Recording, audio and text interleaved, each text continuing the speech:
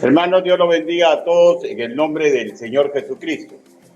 La exposición del día de hoy titula Tiatira, el candoroso amor. Tiatira, el candoroso amor. Y antes de iniciar, usted probablemente se debe estar preguntando por qué el nombre de este título. Porque los nacidos de nuevo de esta congregación sí tuvieron auténtico amor, pero fueron, escúcheme ya, sumamente ingenuos, ¿ya? Como la ingenuidad de un adolescente que piensa y actúa como si estuviera libre de todo el mal, como los que le pesan buscar información y conocimiento, y si lo tienen a mano, ¿ya?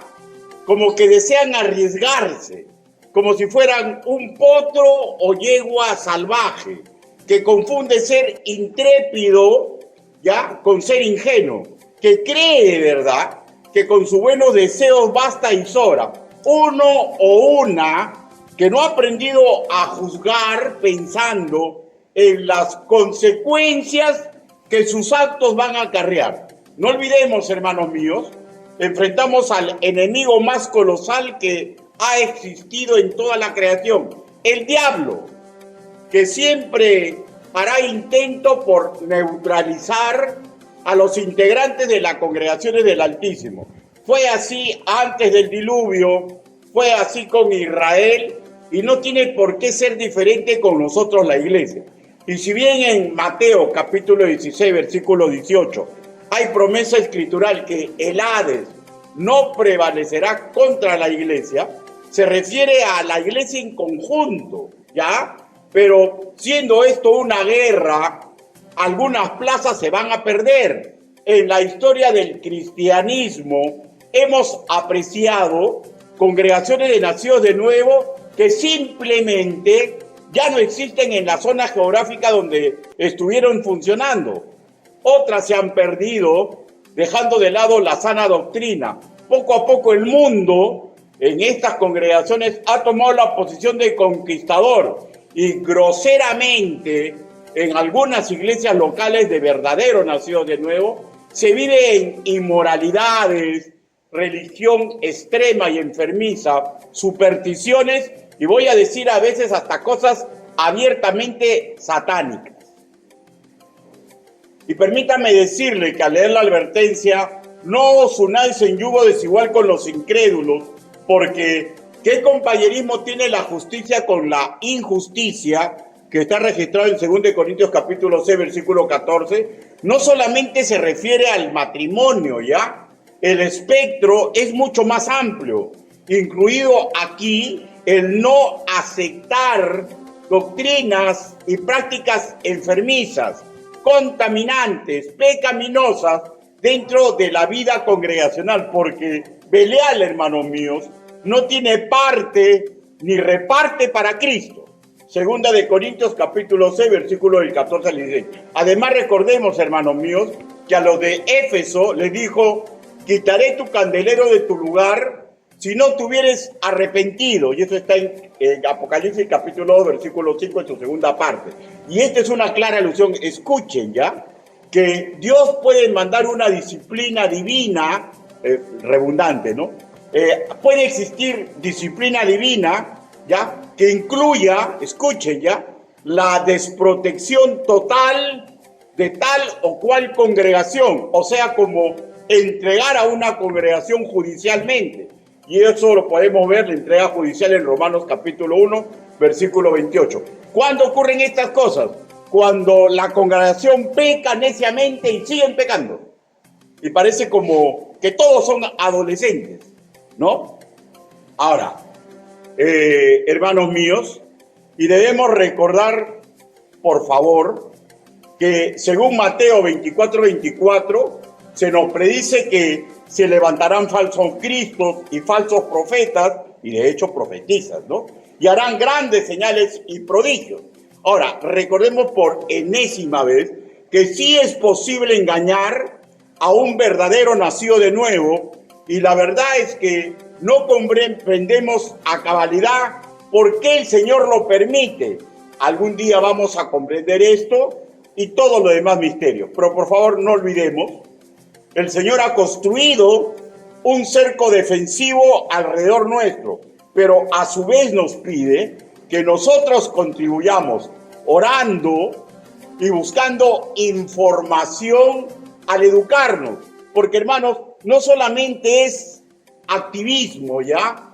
Hay muchos que creen que solamente orando, teniendo actividad, imitándolo, es más que suficiente. Bueno, teniendo estas verdades por base, hagamos un recuento de cómo estuvo atacando a las congregaciones del Asia Menor, ¿ya? Para recordar lo hábil, malévolo, artero y esforzado que es nuestro enemigo espiritual en su intento de perjudicarlo. Y voy a usar el trabajo del pastor bautista David Jeremías, ¿ya? Que hizo un recuento de las congregaciones que hasta ahorita nosotros ya hemos enseñado. ¿Ya? Su recuento dice así: a Éfeso la intentó contaminar con herejía intelectual, aprovechando su desamor. Sabemos que no lo logró porque se defendieron muy bien y aborrecieron a los que así enseñaban. Fin de su comentario. Recalquemos, pero estaban perdiendo su primer amor. A Esmirna la atacó con presión política. Les negaban el trabajo, eran perseguidos, sus bienes confiscados y muertos por la autoridad romana. Fin de su comentario. Agrego, pero no claudicaron para nada. A Pérgamo intentó neutralizarlos con dos prácticas aberrantes. Sabemos que los de Pérgamo se acomodaron a los que así hacían. En consecuencia, no los expulsaron y algunos comenzaron a secundarlos.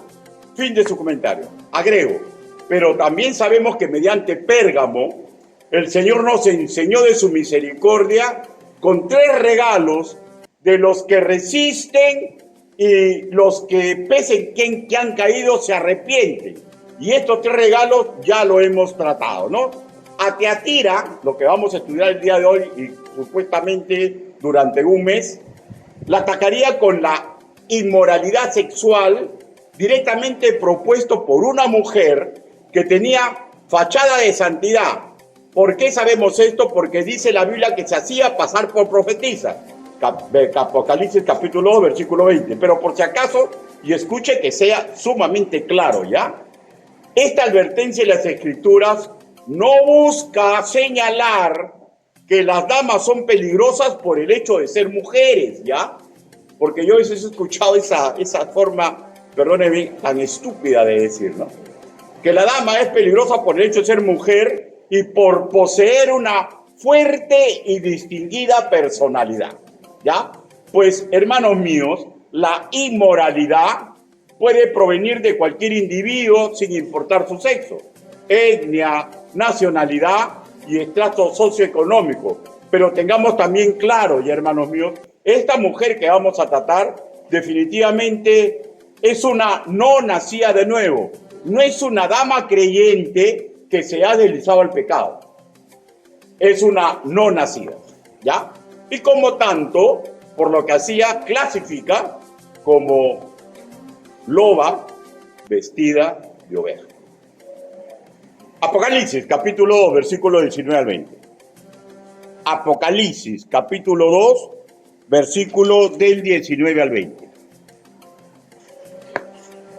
Puesto de pie, por favor.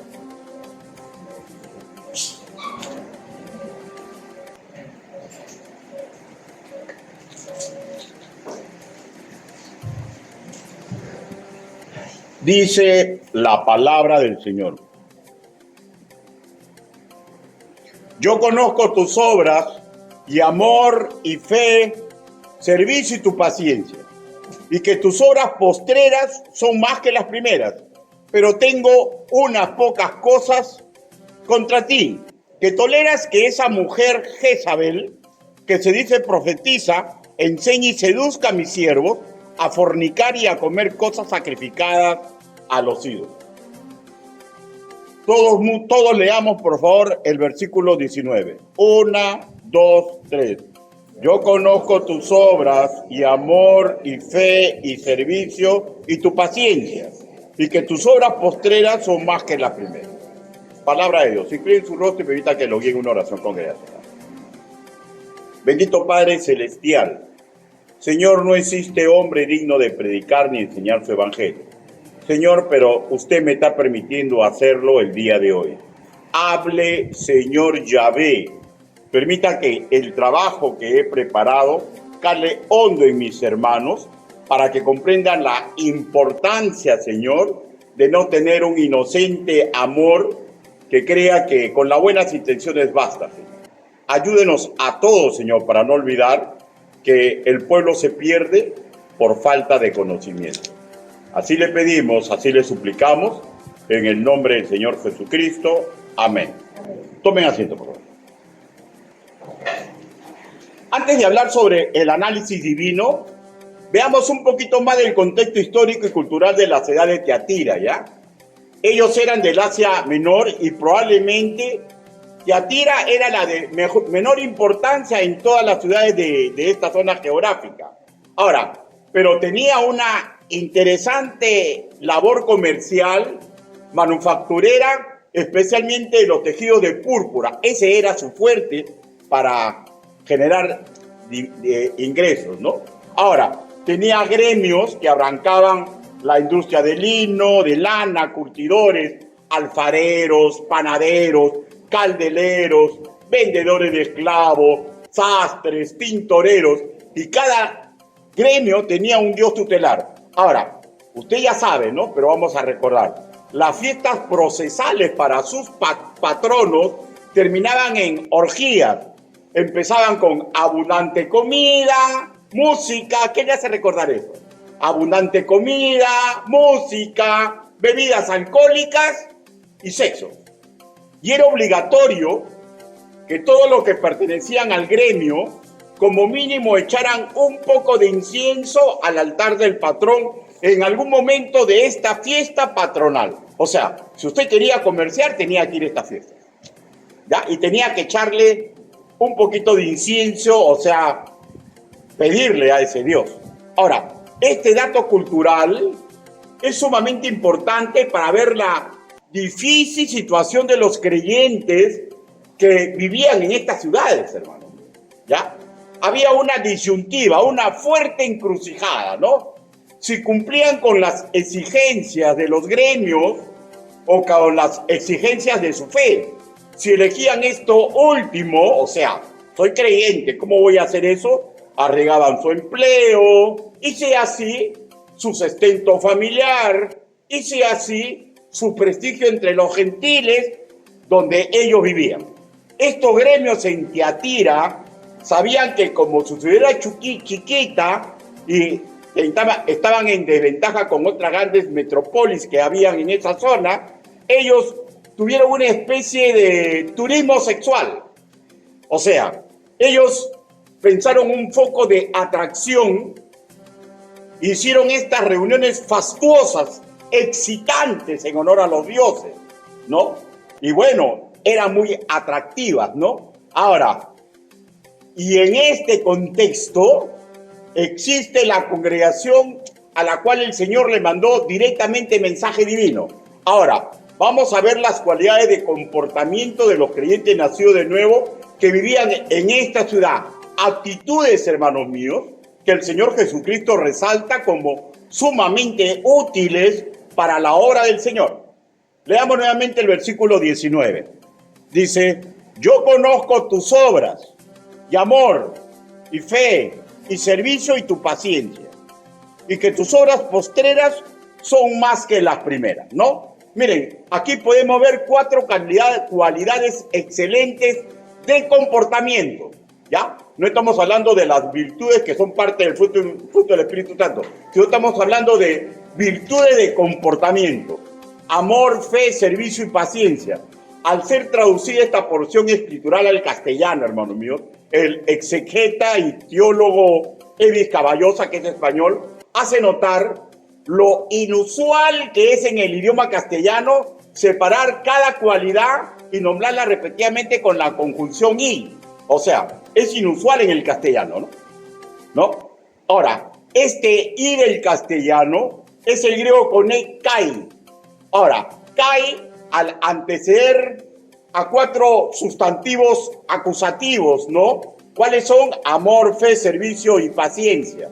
Ya, es una especie de subterfugio idiomático para hacer resaltar la importancia de estas 4 cualidades de comportamiento, ¿ya? Amor, fe, servicio y paciencia. Recurso en el griego koiné para quien escucha o está leyendo, tome cuenta de lo importante que es esta forma de accionar. En castellano leemos amor, ¿no? La primera. En el griego koiné es ágape. Se refiere a una forma de amar activa con un alto sentido moral y social para hacer el bien. Distintivo, hermanos míos, de un verdadero discípulo de Cristo. Es como si el Señor les hubiera dicho: me encantan que ustedes sean así y continúen siéndolo. Ahora, para darnos una idea cómo amaban los de Tiatira, vayamos a Juan capítulo 13.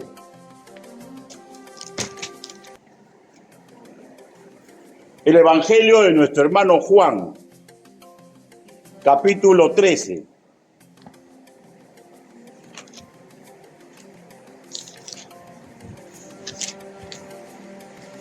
Versículo del 34 al 35. Dice, ¿lo tenemos, hermano? Dice, un mandamiento nuevo os doy, que os améis unos a otros, como yo os he amado, que también os améis unos a otros. En esto conocerán los que de que sois mis discípulos, si tuvieran amor los unos con los otros. Pregunto, ¿cómo nos amó Jesús y cómo nos ordena amarnos unos a otros? En forma superlativa hasta el sacrificio. Pero sabemos que nuestra carne, nuestra naturaleza, rechaza que nos sacrifiquemos por los demás. Hermano, no estamos hablando de las virtudes divinas, estamos hablando de comportamiento, ¿ya? Ellos, si usted nació de nuevo, usted tiene estas virtudes. La cuestión está si se está comportando y está usando estas virtudes.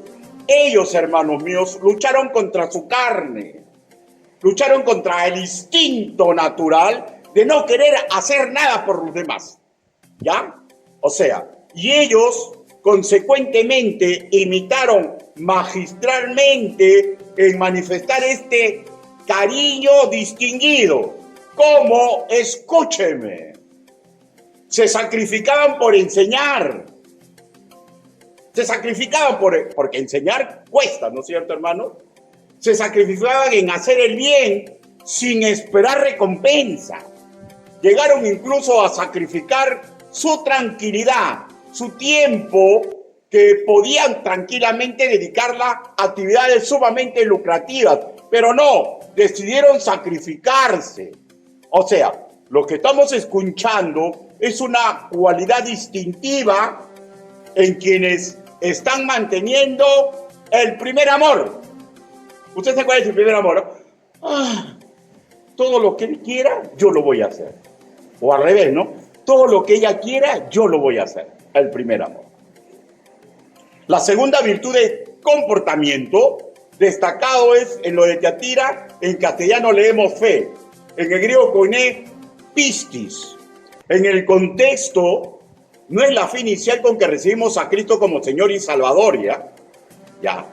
No es esa fe, sino es una fe virtuosa, distintiva en acción, que se traduce, hermanos míos, en actos de fidelidad, lealtad, pero no una lealtad de un día, no, una lealtad constante para el Señor, ¿ya?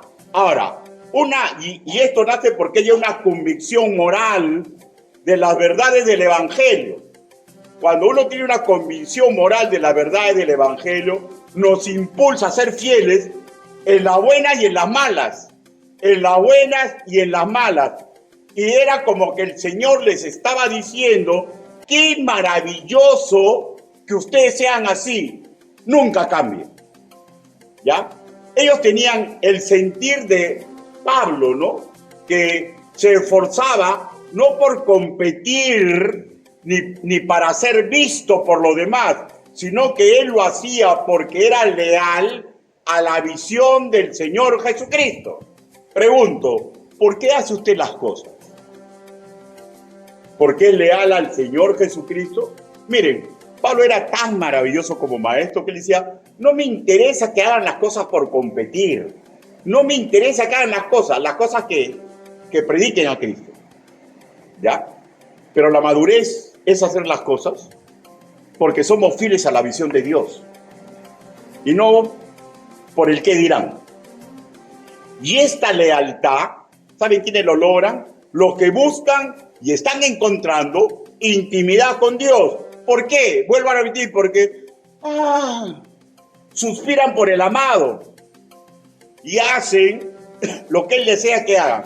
Se nota, hermanos míos, porque están dispuestos a pelear batalla por Dios en la hora encomendada. ¿Y cómo se da cuenta uno que no está en esto? Simple, no se dedica a ayudar en nada de las cosas del Señor. ¿Ya? Ahora, como las historietas de los años 80, no sé a quiénes les gustan los dibujos animados. Cuando yo era niño, sacaban unos dibujos animados de los carteros norteamericanos y ponían música clásica. Estos carteros norteamericanos, hermanos míos, llevaban sus cartas con lluvia, con lluvia, con tormenta, en balaceras, cruzando desiertos, ¿ya? Nadie invitaba que no hagan su encargo. Algo así pasaba con los de Tiatira. No le importaban las circunstancias que vivían. Ellos tenían esa fidelidad y lealtad hacia la obra encomendada. La tercera virtud que es resaltada en esta porción escritural es el servicio de diaconía. Pero escúcheme ya, no habla simplemente de un servicio o un trabajo que se presta a la congregación o a un hijo de Dios.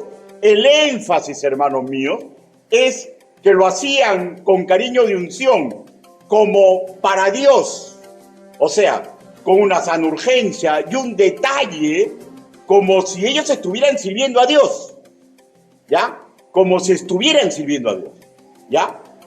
Y esto podemos verlo que algún día Dios nos va a llamar la atención, en Mateo capítulo 25, versículo del 35 al 46, no se lo voy a leer todo, pero le voy a hacer recordar, que le va a decir, Señor, ¿y cuándo te dimos de comer?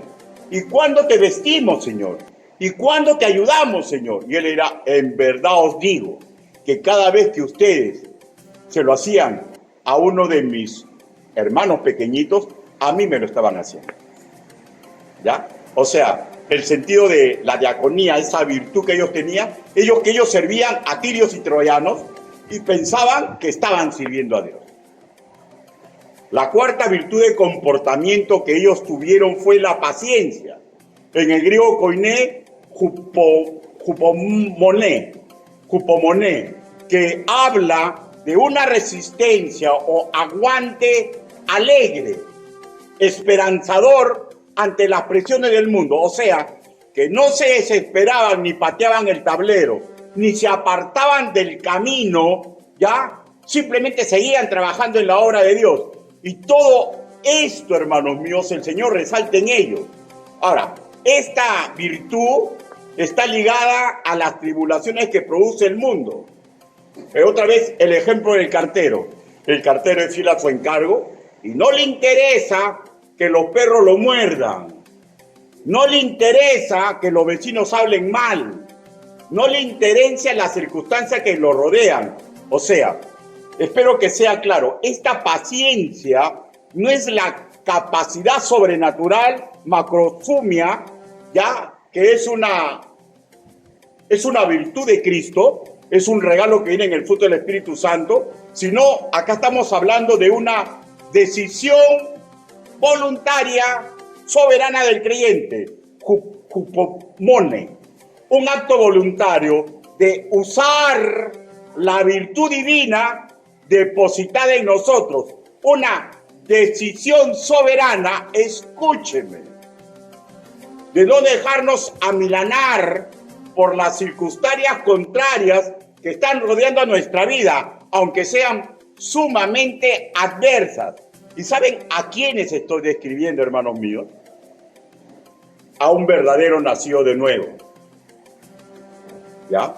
A un maduro nacido de nuevo que contra viento y marea vive para servir a los demás como si fuera el Señor Jesucristo. Hermanos míos, escúchenme por favor. Siempre podemos mejorar. Solamente tenemos que ser humildes de corazón y obedientes a la visión divina. Y si, hermanos míos, si estoy escribiendo algo que usted hizo en su pasado y ahora no lo hace, lea lo que dice Apocalipsis, capítulo 2, versículo 29.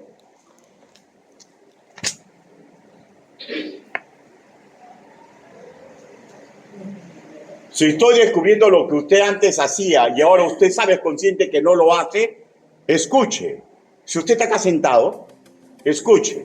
Versículo 29. El que tiene oído, oiga lo que el Espíritu le dice a las iglesias. O como le dijo a otras congregaciones, ¿no? En Apocalipsis capítulo 2, versículo 5 en su primera carta. Recupera tu primer amor. Recupera tu primer amor. ¿Por qué, hermano mío? Porque usted tiene las virtudes de Cristo. Si es nacido de nuevo, ¿qué falta?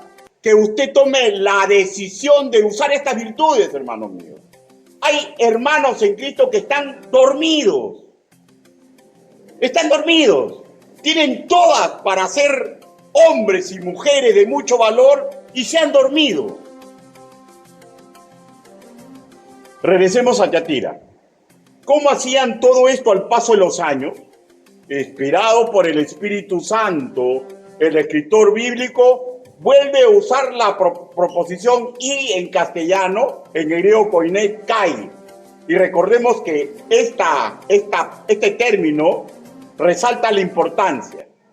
¿Y cuál es la importancia? Versículo 19 en su última parte, y que tus obras postreras son más que las primeras. O sea, qué tremendo, hermano. Qué tremenda congregación. Tremenda congregación. Hermano, muchas congregaciones, llegado un tiempo, se cansan. Se agotan de sacrificarse por los demás.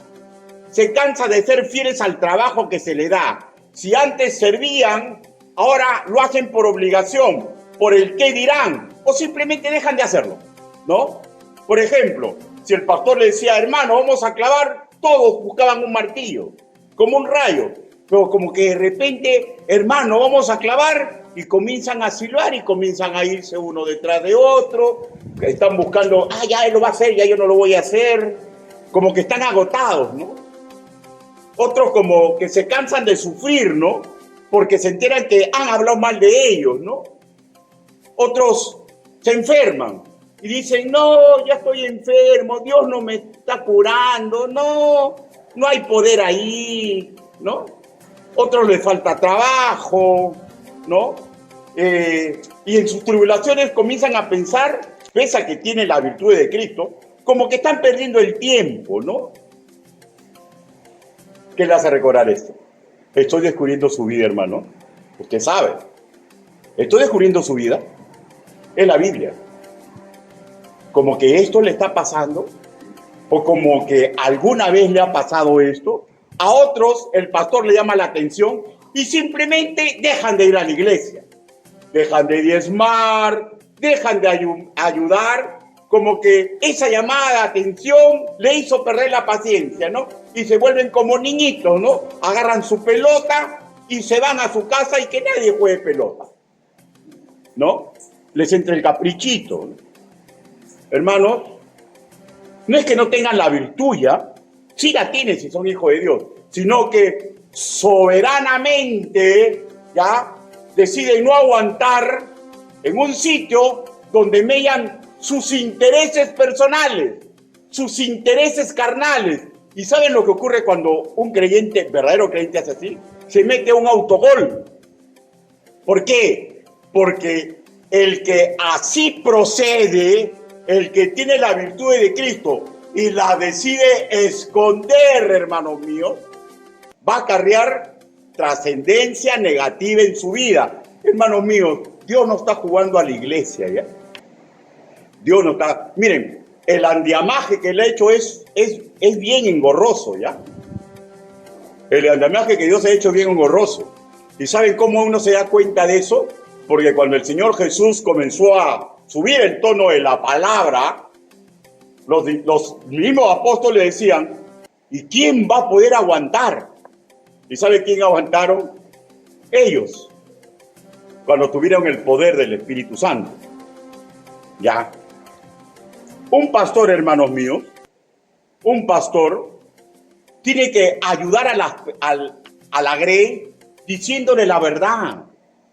Hay personas que se ofenden cuando uno le dice la verdad. Hermano, un pastor tiene que cuidar la salud espiritual de la iglesia. Un pastor tiene que ejercer como obispo, pero cuando un pastor ejerce como obispo, como que pierde popularidad, ¿ya? Y eso a un pastor le tiene que tener sin cuidado, ¿ya? Porque yo no subo a predicar para ser el más popular, ¿ya? No subo a predicar para que sea más popular. Yo no doy un consejo para ser más popular. Yo no lo voy a sentar y le voy a decir, quiero hablar contigo para que usted me aplaude. ¡Ay, qué bonito, qué bonito! No, hermanos míos. ¿Y saben por qué? Porque si yo no hago lo correcto, lo que Dios va a hacerle a ustedes, su sangre, va a correr por mi cabeza. O sea, es un instinto de supervivencia espiritual. Por eso que es muy importante que a la cabeza de las congregaciones no haya pastorcitos. ¿Sabes cuando yo, quién es un pastorcito? El que quiere estar bien con la congregación. Él es mi amigo, mi promoción, con él estudié, él es mi primo. No, con mi esposa no te metas. No. O sea, quiere estar bien con todos los que quiere cuidar su tranquilidad. Y trabaja con su grupito y a ellos le da todo, les esconde todo. Es un club de barrio. Esos son pastorcitos. Porque un pastor no está para eso. Un pastor está para sentar al creyente y decir, esto es así, así y así. ¿Ya? Y si no creen, creen que son cosas mías, hermano, por eso que el pastor tiene que estudiar la Biblia. Porque Dios no me ha traído acá ni lleva a un pastor a un sitio para que haga un concurso de popularidad todos los años que está ahí. Ezequiel, capítulo 33. Sin perder Apocalipsis. Ezequiel.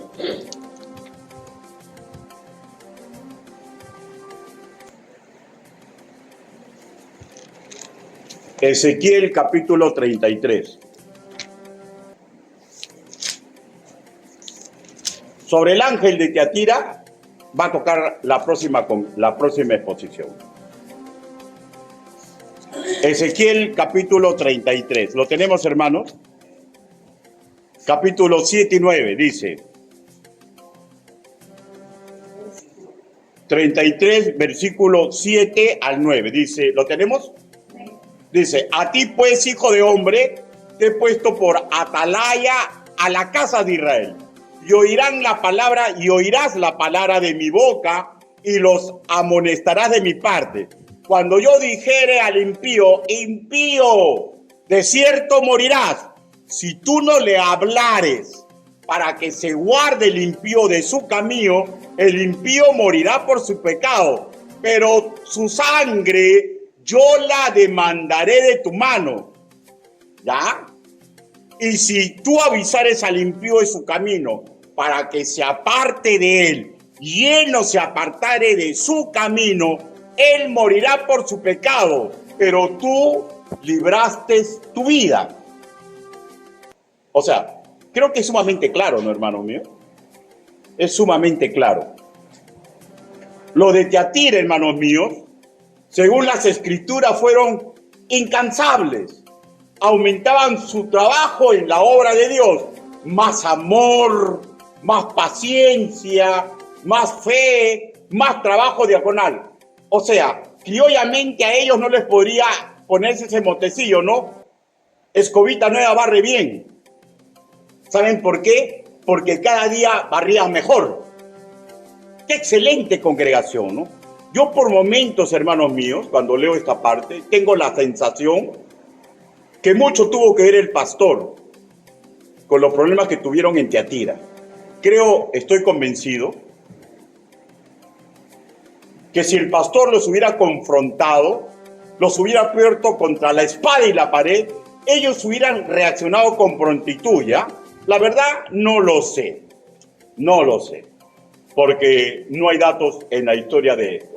Pero una congregación así, hermanos míos, que tenían amor y más amor, paciencia y más paciencia, fe y más fe, trabajo diaconal y más trabajo diaconal. ¿Cómo fue posible, hermanos míos? Ahora, hay otro factor que hoy día sí vamos a ver, ¿ya? Porque acuérdense que cuando hay un problema no solamente es de uno, ¿ya? Si son de dos. O sea, vamos a hablar del pastor posteriormente, pero ahora vamos a hablar de la congregación en general, ¿ya? Y también de pasadita algo le cae a ese pastor, ¿ya? A ver. ¿Se acuerdan ustedes qué pasó en Éfeso? ¿Ya? Los de Tiatira suspiraban por el amado y las obras del amado querían hacer. Pero debemos recordar que esto es una guerra y el enemigo está atento viendo dónde estamos fallando. Nuestro Señor le dijo las cosas que tenían que arreglar. Versículo 20. Segunda parte. Le dice: pero tengo unas pocas cosas contra ti, que toleras que esa mujer Jezabel, que se dice profetiza y enseña y seduce a mis siervos a fornicar y a comer cosas sacrificadas por los ídolos. O sea, ellos tenían que solucionar esto. Y ojo, no estamos hablando, hermanos míos, de una mujer que tiene pecado de fornicación o adulterio, ¿ya? Que fatalmente voy a decir que sí puede pasar, no solamente con una mujer, sino con un hombre, ¿ya? Sino que estamos hablando de algo más fuerte. Estamos hablando de una mujer que malévolamente está haciendo así. ¿Por qué? Porque sus acciones la dibujan, ¿no? Dice que es profetiza y no lo es. Engaña, seduce a los hombres de esta congregación y por ahí también algunas mujeres y no se dan cuenta. Ahora, ¿cómo fue posible que en Tiatira, una congregación que tenía estas maravillosas virtudes, se enseñoreó de verdaderos creyentes?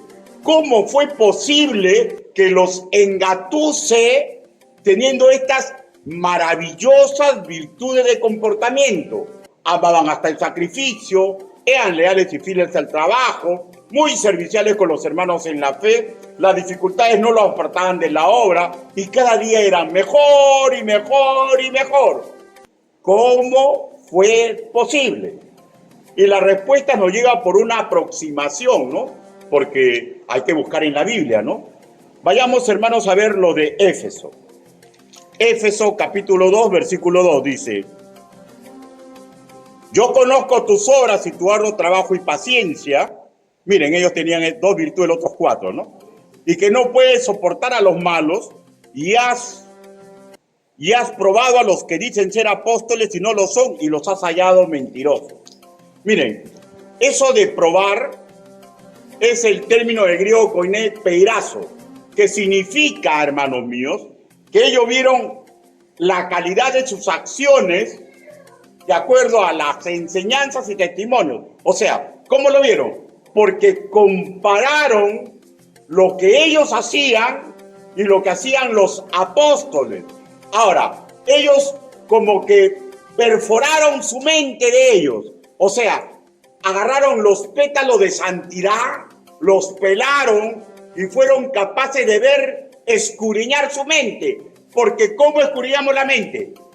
Porque de la boca sale lo que hay en el corazón. Y si una persona está diciendo que es profetiza y sabemos que no lo es, porque lo que está hablando no está de acuerdo a la palabra del Señor, y si una persona está seduciendo sexualmente a los demás, hermano, ¿por qué no se dieron cuenta? ¿Ah? Porque no discernían, pues, hermano. Discernir, peirazo, significa que pueden probar lo falso porque leen lo verdadero. ¿Ya? Para que esta capacidad se desarrolle, para que tú puedas tener ojos de bronce y después de un tiempo sacar la raíz cuadrada de un creyente de este tipo, es bien simple, hermanos míos. ¿Por qué eran más nobles los de Berea que los de Tesalónica? ¿Recuerdan? porque escudriñaban la palabra del Señor.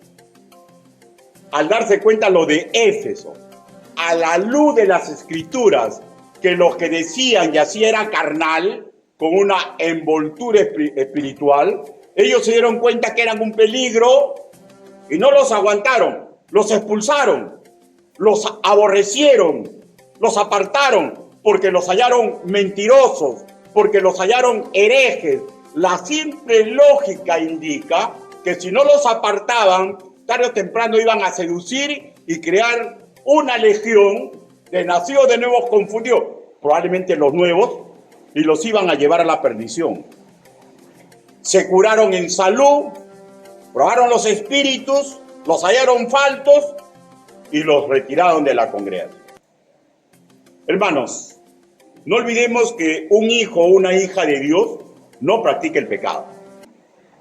O sea, sí podemos pecar, pero no practicamos el pecado. ¿Qué significa no practicamos el pecado? No peca constantemente, metódicamente y sin arrepentimiento, ¿ya? O sea, ¿qué significa sin arrepentimiento? O sea, solamente le pesa que los demás se enteren. Pero si sabe que nadie se va a enterar, sigue escondiendo el pecado. Y sigue escondiendo el pecado. Y peca periódicamente. O sea, si se va a la casa de la vecina, que nadie lo vea, y va hoy día, va mañana y sigue yendo. Si está chupando, sigue haciendo lo mismo. Entonces, Dios va a permitir, hermanos míos, Dios va a permitir que la verdad salga a la luz. Pero ¿cuál es el problema? El problema es que cuando los creyentes no saben qué hacer porque no están discerniendo las cosas con la palabra del Señor, terminan convencidos, ay no, te estás equivocando, esto no es así, estás confundido. Y la Biblia es clara, expulsa, separa. Yo como pastor puedo expulsar y puedo separar. Si yo descubro un lobo o una loba, ténganlo por seguro que le voy a decir, aquí no entras nunca más. Sin asco. ¿Ya? ¿Por qué? Porque se discierne. Dios permite, Dios cuando ama a una congregación, permite que las cosas ocultas salgan a la luz.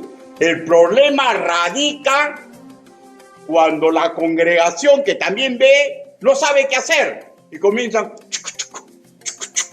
hay que decirle al pastor, hoy, y el que ha pecado no les camarones, no le dicen nada. Ahora, vuelvo a repetir, un creyente puede pecar, claro que puede pecar, ¿ya? Pero ya está, aquí no estamos hablando de un creyente, ¿ya? Estamos hablando de una persona mala, una mujer mala, que quiere desgraciar a una congregación para su satisfacción. ¿Qué hace pues entre nosotros? Hay que expulsar.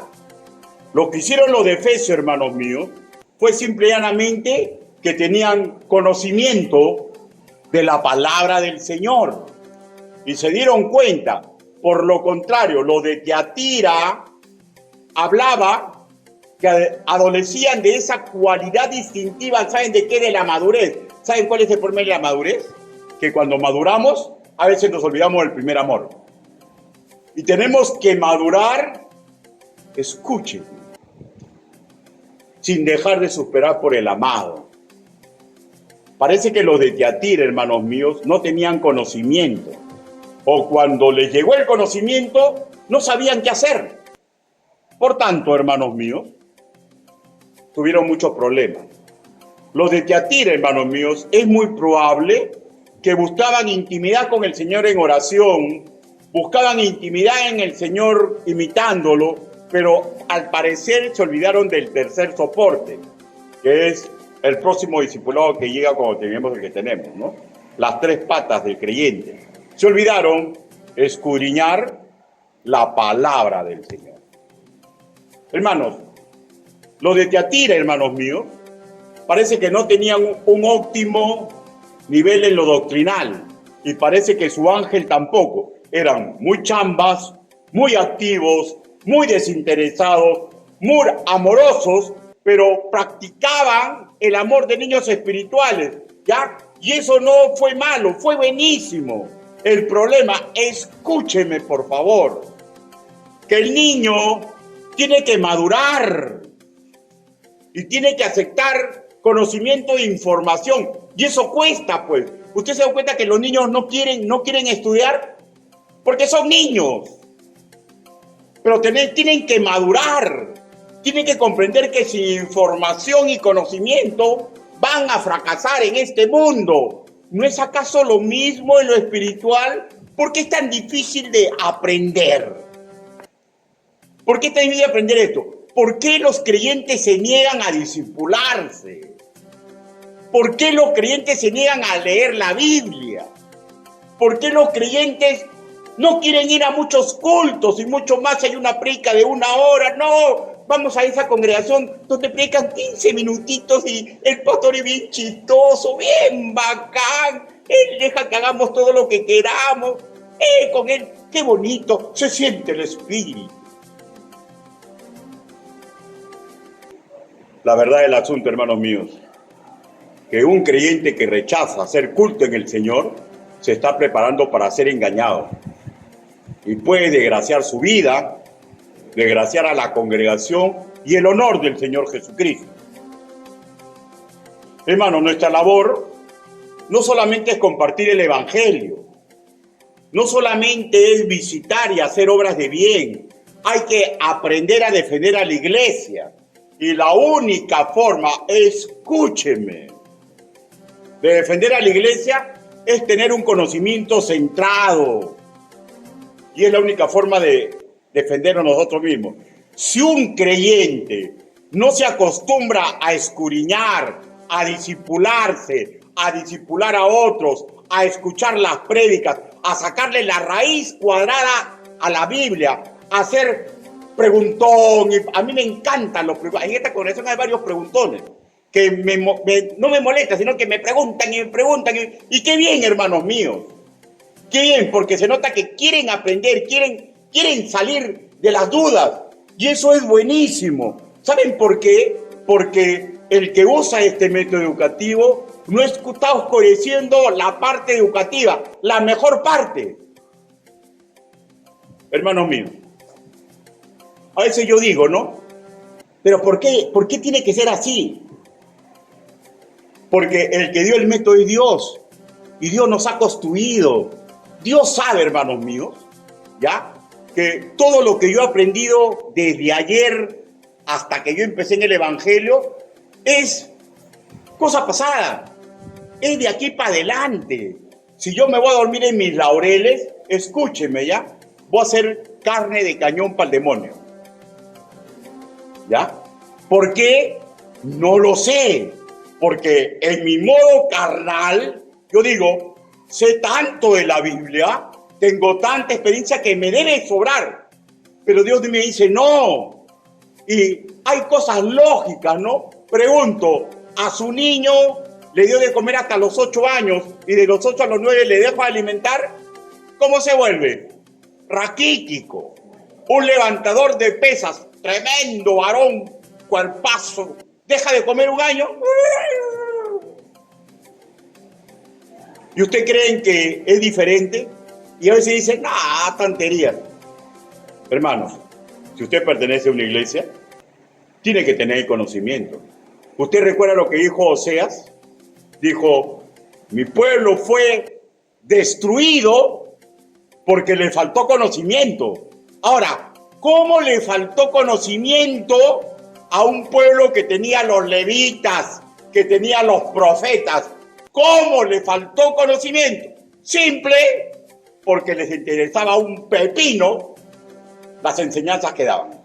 Porque estaban más preocupados en sus cosas carnales. Y eso, hermanos míos, la Biblia lo dice, fue la causa principal de la destrucción de Israel. Ahora, y ahí no queda la cosa, ¿ya? Porque, qué bien, ¿no? Que es así que se destruya, ¿no? ¿Saben cuál es el problema, hermanos míos? Que desgracian a la generación futura. Ay, pastor, ¿cómo es? Dios no es así. ¿Qué? Dios no es así. Dios nos dice para que nosotros tengamos cuidado. ¿Ya? Ahora, busque pues, Oseas, capítulo 4, versículo 6. Oseas.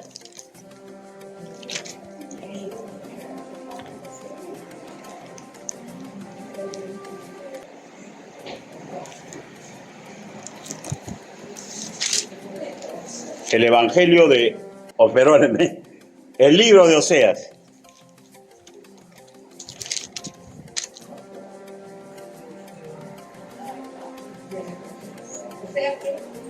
Oseas capítulo 4.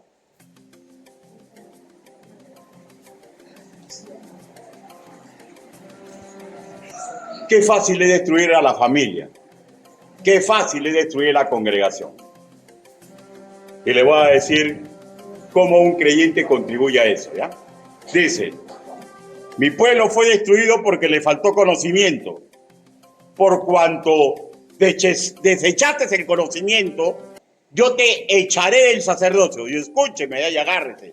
Y porque olvidaste la ley de tu Dios, también yo me olvidaré de tus hijos. ¿Es claro, hermano mío? ¿Es claro? Es claro, ¿no? ¿Y saben por qué? Porque acá se aplica la ley de la siembra y la cosecha, pues, ¿no? Si yo veo que mi padre es un hereje, me comporto como un hereje, pues, ¿no? Si veo que mi madre es chismosa, me comporto como una chismosa, ¿no es cierto? Si veo que mis padres no van a la congregación, como que no es tan importante, creo que el culto, ¿no? ¿Por qué? Porque imitamos a los padres, hermano. No es que Dios sea malo, sino Dios nos está diciendo las cosas simples de la vida. ¿Ya? Por tanto, no olviden que es una guerra. Y en una guerra, como un todo, la iglesia no puede ser tocada. Pero hay congregaciones que han desaparecido. Hay congregaciones, hermano, donde yo he conocido excelentes predicadores, maestros, que parecían, hermano, un portento de conocimiento. Y qué bonito, cómo escuchaban. Pero era muy duro. Y de repente buscaron maestros de acuerdo a lo que ellos pensaban, ¿no? Y comenzaron a bajar el nivel, y muchas han desaparecido. Y otras, hay cosas hasta satánicas. ¿Y dónde juega eso que los hijos? Simple, hermano, porque los hijos son la siguiente generación, pues. Si nosotros aguamos el evangelio aquí, hermano mío, ¿saben quién va a sufrir? De repente los que están más formados no.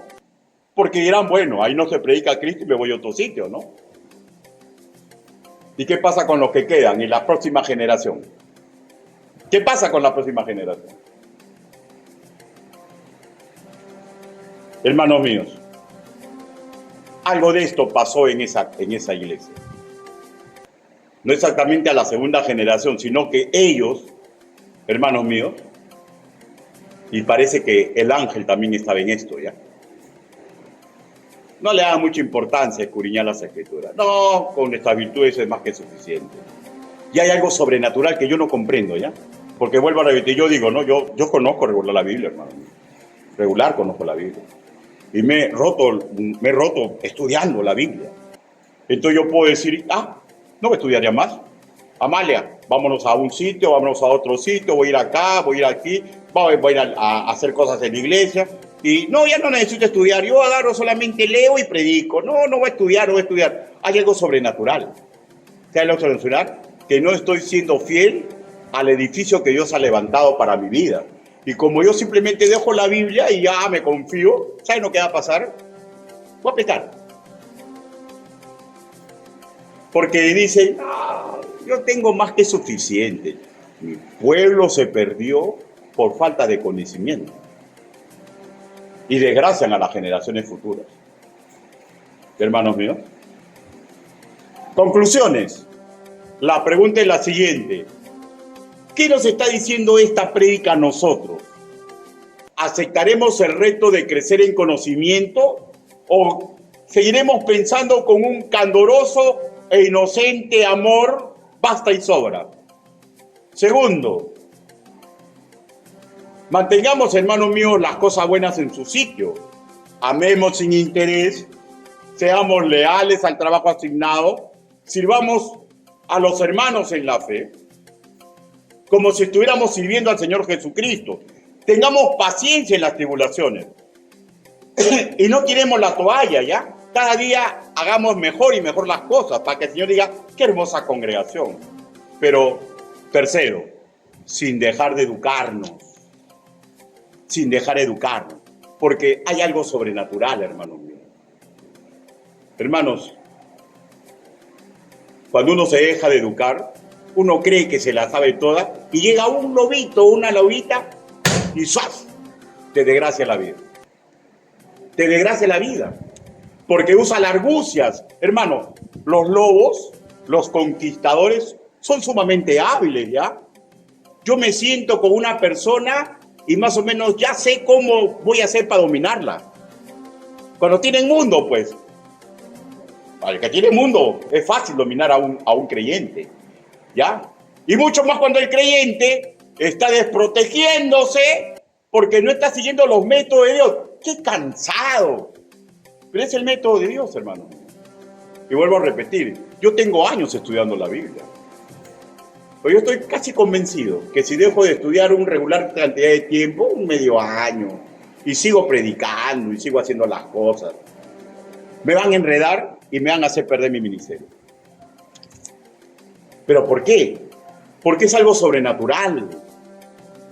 Porque Dios es el que nos ha hecho y Él sabe lo que necesitamos. Necesitamos la palabra de Dios. Como el niño necesita alimento cotidiano. Hermanos míos, Jesucristo murió en la cruz. Nos entregó una espada de verdad. La Biblia. Confiemos, hermanos míos, porque nuestro destino final está seguro en Cristo. Pero en el hoy, tenemos que aprender a ser un pueblo agradecido y prepararnos a las batallas que Dios va a permitir que existan, hermanos. Yo siempre me pregunto, ¿por qué Dios no encadena de una vez al diablo? No lo sé. La gloria sea para mí. Señor, Él ha decidido que sea así. Y Él me dice, Ricardo, yo te he puesto a ti dones y virtudes, te he puesto un método educativo, ya sabes lo que tienes que hacer. Todo te es permitido, pero todo te conviene. A mí no me conviene dejar de estudiar la bendita y perfecta palabra de Dios. Inclinen su rostro, vamos ahora.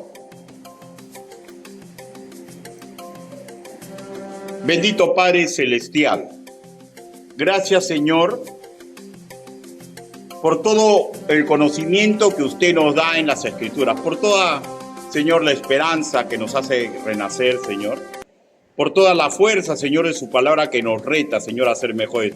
Sabemos, Señor, que usted nos va a proteger, que la iglesia no va a desaparecer, Señor.